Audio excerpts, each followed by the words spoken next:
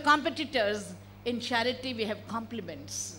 You give and I give, and we are compliments. We are not competitors in charity. In charity, there are no competitors. There are only compliments.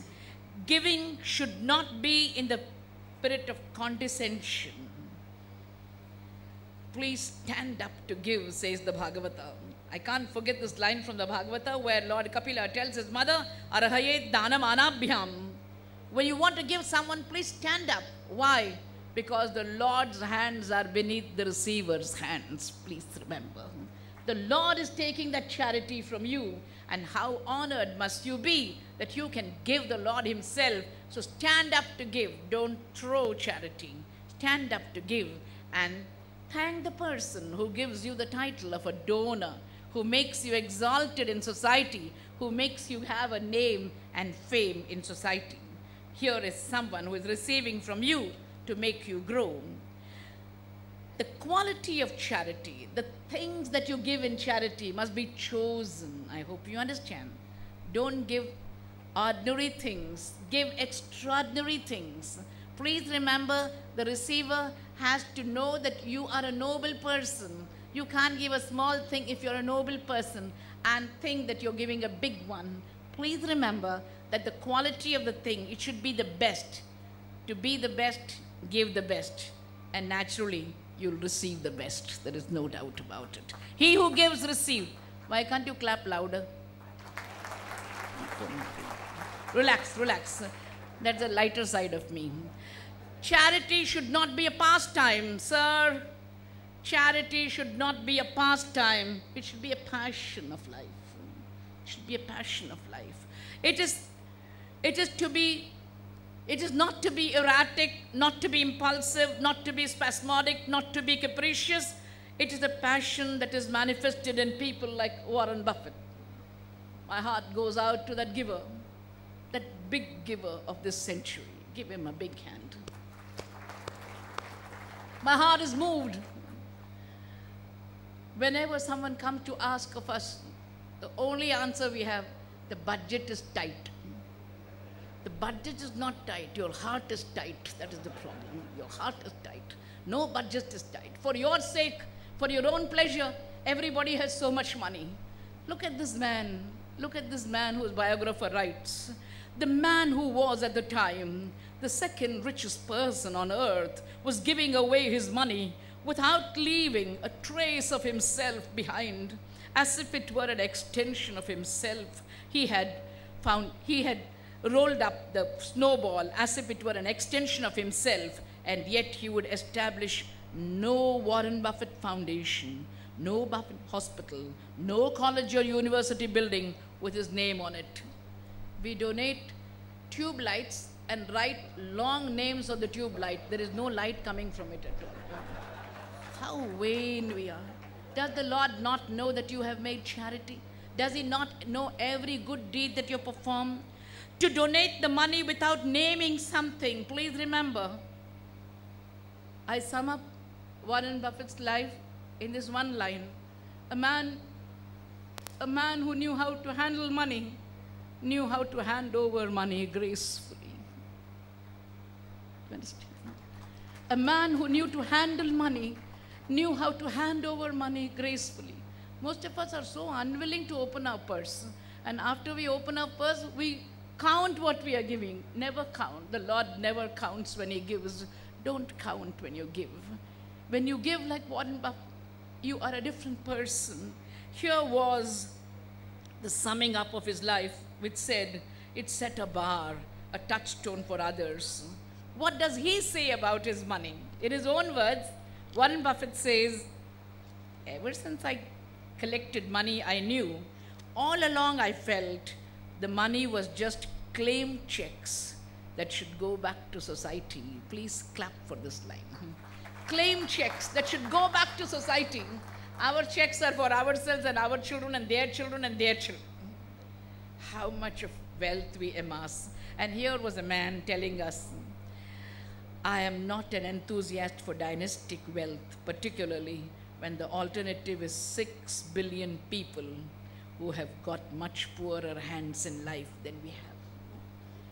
What a way of looking at the world. 6 billion suffering people and his own people. It was very easy for him to make the decision and pass on all this wealth. I'm very happy to share this with professionals like you. Warren Buffett says that philanthropy is harder than business. Please clap for the NGOs. Business you can always do, but not charity. For that you need a different heart. When does a man do such a thing in life as Warren Buffett? It reminds me of the Bhagavata. There's a king called Rantideva who is asking God, I don't want salvation. I don't want the powers of magic, of yoga. I don't want tantra and mantra. I just want to enter the heart of every suffering being and alleviate suffering. That's all. When do you sympathize? When you have empathy. English is a lovely language. When you look at someone suffering, it is sympathy.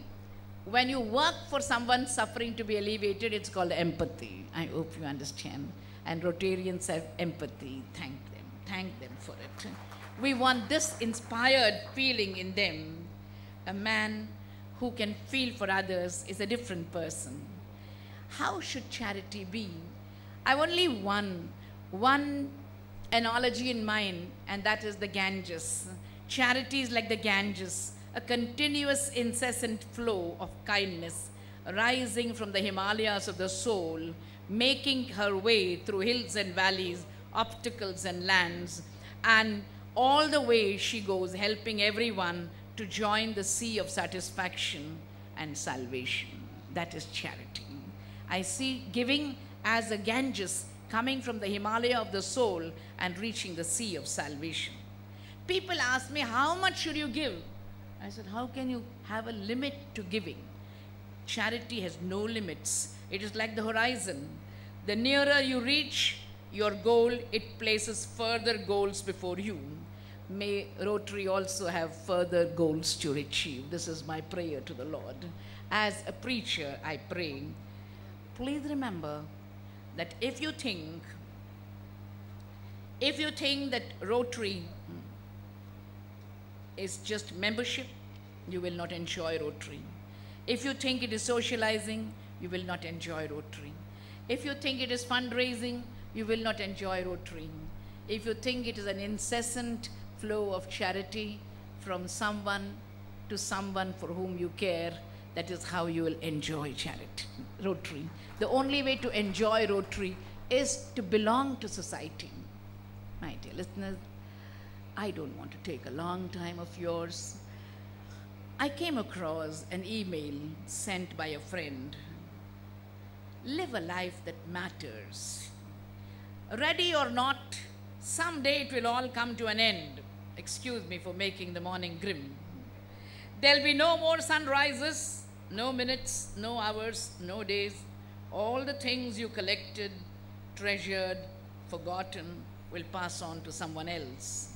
Wealth, fame, temporal power will shrivel to irrelevance.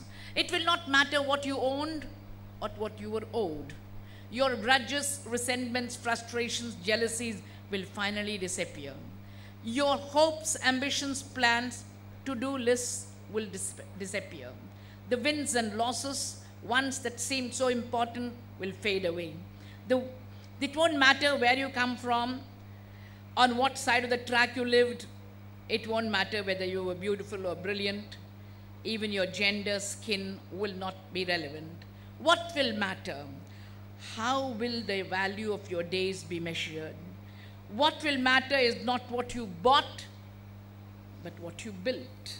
Not what you got, but what you gave. Is that clear? Ultimately, in the balance sheet of life, what will really matter is not what you bought, but what you built. Not what you got, but what you gave. How else can I summarize the speech on the attitude of giving, but with the words of Khalil Gibran? You give but little when you give of your possessions. It is when you give of yourself that you truly give. Please remember, through the hands of such people who are giving, God speaks, and from behind their eyes, He smiles upon the earth. Givers are the agents of God. Thank you.